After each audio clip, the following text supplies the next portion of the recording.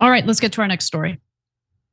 I'm not really surprised that Kathy Hochul decided to, in fact, endorse Mamdani, because the fact is, socialism is not a 4-letter word in Democratic primaries, not among Democratic voters. It's a 5-letter word in the minds of a lot of Democrats, that 5-letter word being great. Look at this, net popularity of socialism among Democrats. You go back to 2010, it was plus 7 points. Look how high it is now, up like a rocket, up to plus 36 points. That's a jump of nearly 30 points on the net popularity scale among Democrats in just 15 years.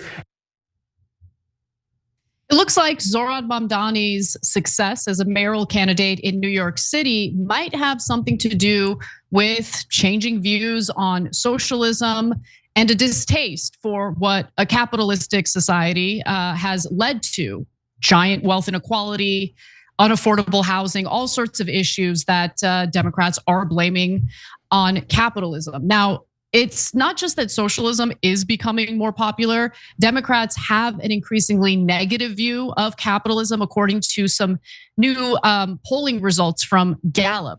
So 5 seconds into the video, by the way, Enton accidentally says socialism, but he means capitalism. So let's take a quick look at this next clip.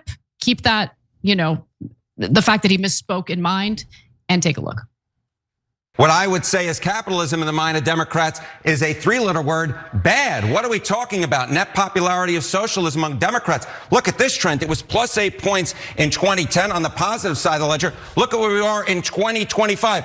Down, falling through the floor at minus 13 points. That's a drop of over 20 points in just 15 years. Now look, the numbers are very high in favor of socialism when you poll Democrats specifically, but obviously when you open this up to other political identities, including, the right, independence, the results are very different. So that's what CNN's Harry Enton argues about in this next clip. He talks about Republicans and how they're not quite thrilled about this growing trend. Take a look.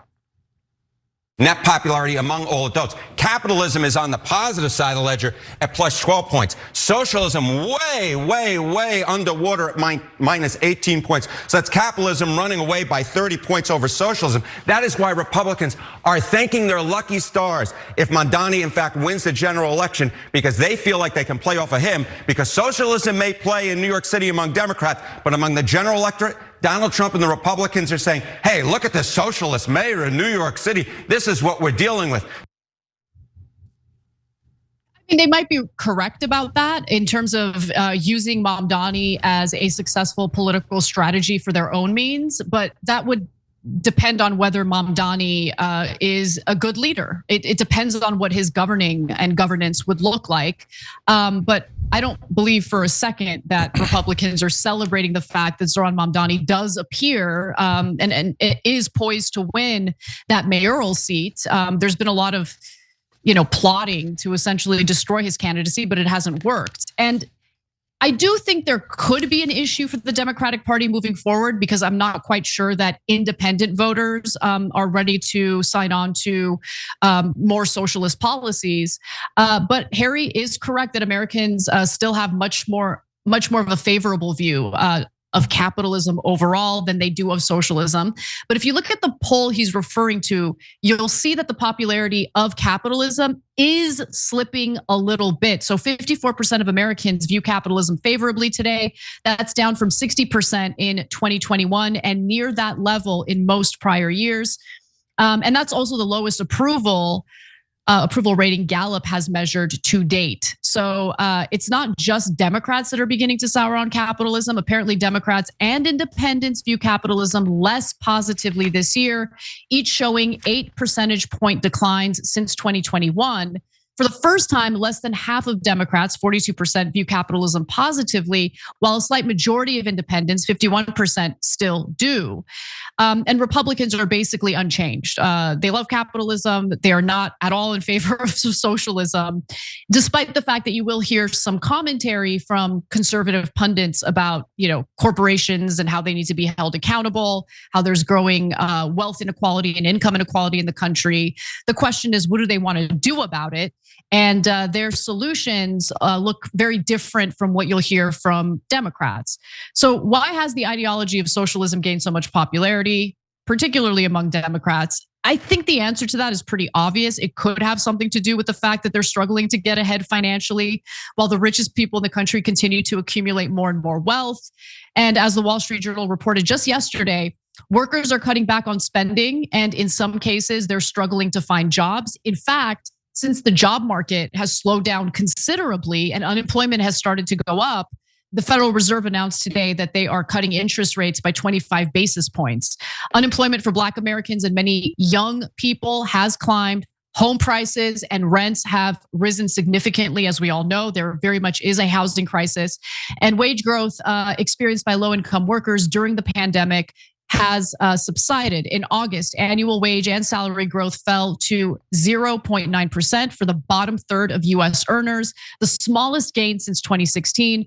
The top third saw growth of 3.6% year over year, the most since November of 2021. That divergence was echoed in year over year spending growth in August, with household spending rising just 0.3% for the low income group and 2.2% for higher income households. So the economy is not working for more and more Americans. And it doesn't really surprise me that people are looking for other solutions, other options. But Cenk, as a staunch capitalist, what do you make of this? Yeah, so two misnomers here drive me crazy.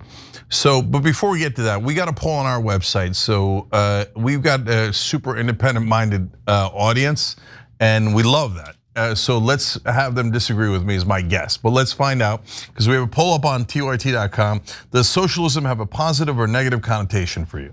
That's not really disagreeing with me anyway, but positive is what? An enormous number, 83, I can't quite read it, percent, but so, no, it doesn't have a negative connotation for me either, okay?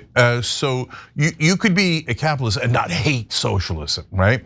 And besides which, as we've talked about many times on the show, there's actually three misnomers. The first one is the one we often talk about, which is, what does socialism mean? Do you mean Venezuela or do you mean Norway? Do you mean old Soviet Union? Or do you mean Taiwan? What do you mean by socialist? No one ever defines it. It's the most annoying conversation of all time. I hate scams, especially the ones that target seniors. And Medicare is chock full of them. Between commission-hungry brokers and thousands of confusing plan options, most seniors aren't on the best plan for them. That's why we partnered with Chapter. They're fully independent and they work for you, not the insurance companies. They can review all your options in under 20 minutes, and the average senior they help saves over $1,100 a year. And the best part, it doesn't cost you a thing. Call the number on your screen today.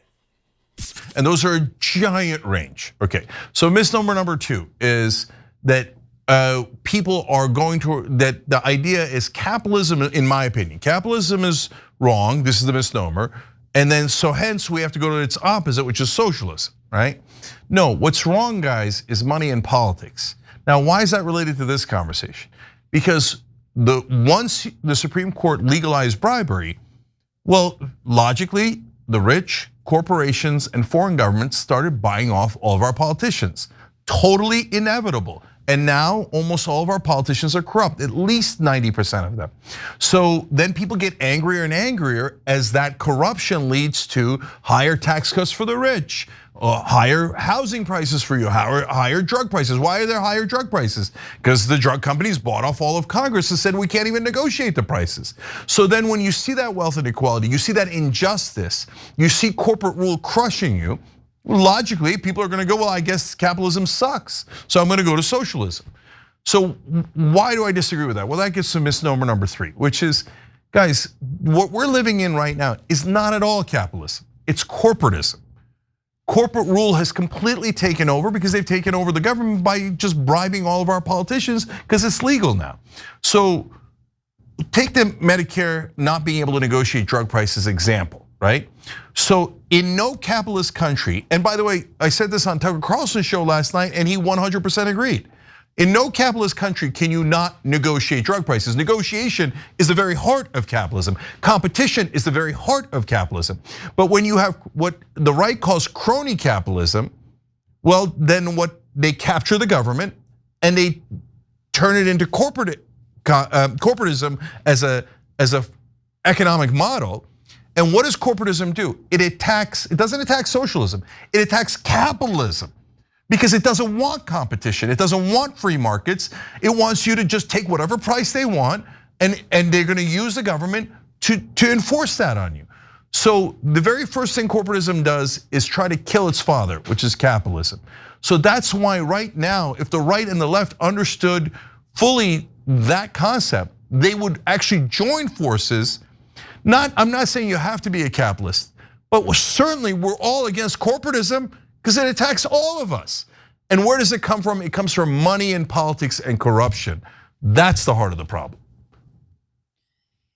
I agree for the most part. Look, we live in a mixed economy. I think Scandinavian countries, for the most part, do it right, where there are certain essential needs that humans have. And if you introduce a profit motive, we get screwed. So when it comes to things like healthcare, for instance, education, I think a socialist model makes sense. But I also see a place for private enterprise, a place for businesses, small businesses to thrive. And so I would like to have a system that actually is a mixed economy and ensures that the people are taken care of. They don't fall victim to, the needs, wants, and desires of shareholders. But at the same time, I do think that private industry innovates, and I don't want the government, to make the clothing I buy or the things that aren't necessarily essential, right? But at the same time, we need to have a system that works for everyone. And right now, the system we're living under, the crony capitalist system you're talking about, Cenk, isn't working for anyone. Every time you ring the bell below, an angel gets his wings. Totally not true, but it does keep you updated on our live shows.